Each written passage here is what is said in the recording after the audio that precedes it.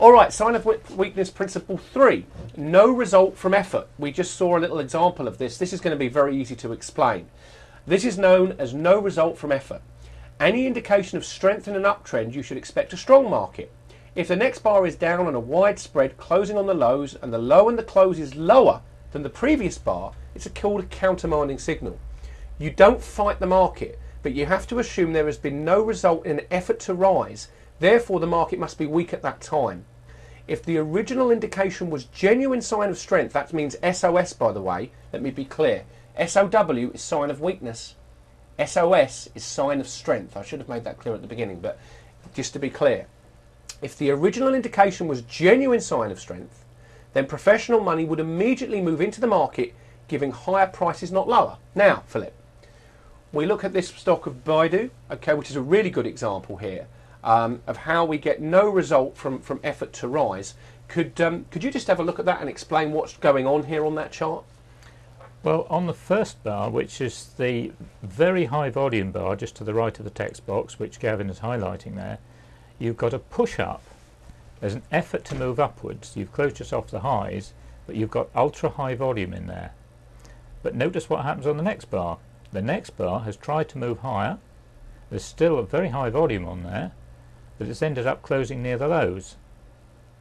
Now, for that to have been buying in there, it should have been a wide spread up, closing up towards the highs. The fact it's gone up and collapsed down towards the low shows that the supply or the selling coming in there must have overtaken the buying that was present on that bar. So the market just is going to struggle to get up anywhere through that area, because it would then require huge effort to penetrate that. And look what happens. We then get an immediate test of the supply, and it knocks the market sideways. They're trying to probe here to see how many sellers are around. It goes up on a no demand bar, knocks it down, goes back up. There's your up thrust. Look on low volume, and that's when the whole thing collapsed. But the bar next to this bar here, Philip, after we've seen the supply, the next bar closing down, would you describe that as an up thrust? I'm sure the signal would be an up thrust. Yes, I would. You would. Can you explain why that is a really good example of an upthrust there? Well, an upthrust, the high, Tom I'm sure would agree with this, the high of the bar of the upthrust must be clearly higher than the high of the previous bar. Which it is. Which is this and bar it here. should close near the low. Which it does. So with an upthrust, you should have the high above the high of the, clearly above the high of the previous bar. Yep. And the close yep. should be towards the low part of the, or bottom part of the bar. Can you repeat that? So this is an important part. We're going to talk about upthrusts, but there's certain criteria, and just mention those two again. So the high of the upthrust bar, yes, which is the top of it, we're not talking about the close now, the top of the bar. That should be clearly higher than the high of the previous bar. Right, well that's definitely there on this example. And the closing price should be on the low of the bar. Yes. Does it matter Or whether near it the closes low, yes. low? Yeah, does it matter whether it closes level with the bar behind it, or lower or higher, or does that not have much relevance? Well, if it closes higher, it's an ordinary upthrust, what we would normally talk about as an upthrust. If it closes lower, it's called a hidden upthrust. Right here, yeah. Now normally, when we have a down bar, down bars are normally strength. But in this case, because the high of the bar is higher than the previous bar, that means that there's hidden weakness in there, because it's tried to go up and it's collapsed down towards the lows. Now if it closes as it has, that one is a down bar, I think, isn't it? Just yes. about. If we assume it is a down bar anyway. So that one would be a hidden upthrust. That would be called a hidden upthrust. Let's just be clear for Erica yes. there. You're definitely this one here, where I'm oh, sorry. There you go back. This one here, after this bar, this widespread up, is a hidden upthrust because it's closed lower than the bar behind it. Yep. Yes. Good. And then we have other principles as we go down. Look, no demand and another upthrust on pretty low volume. But we're going to be talking about those shortly. Okay.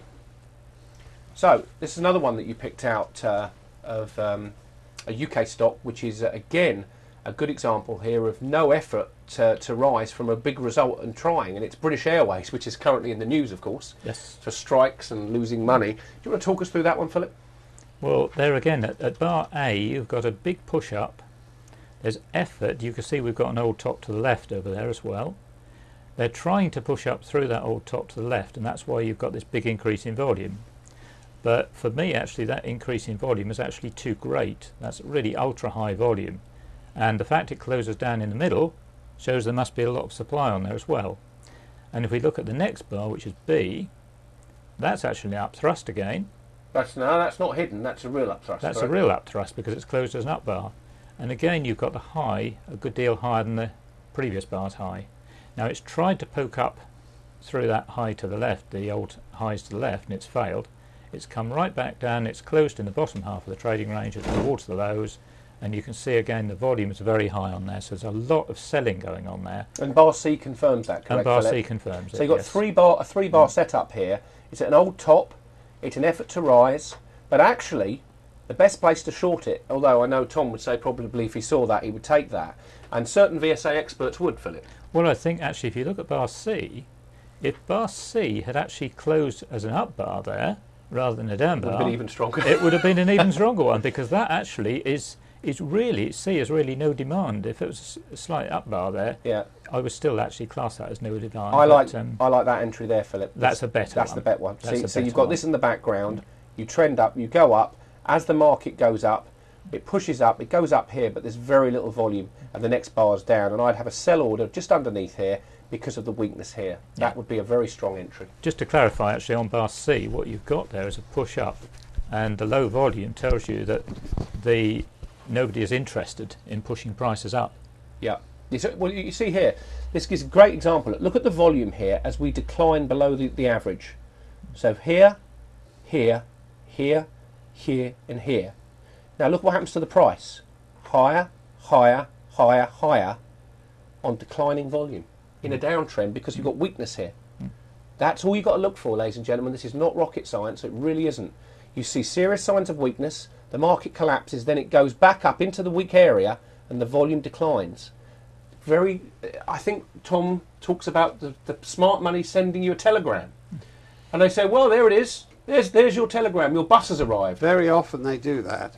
Yep. If you can read the chart. Very often, yeah, you see the serious side of weakness, and then they're a very decent lot. They say, right, we better tell them that we've definitely, you're in a weak market, so let's give them an up thrust, or let's give them an up bar on no demand. That should satisfy them. And let's just really reaffirm this. Widespread up bar, an up thrust, not a hidden one because it's closed higher. The next bar closes down, confirming selling in both bars, and the market falls.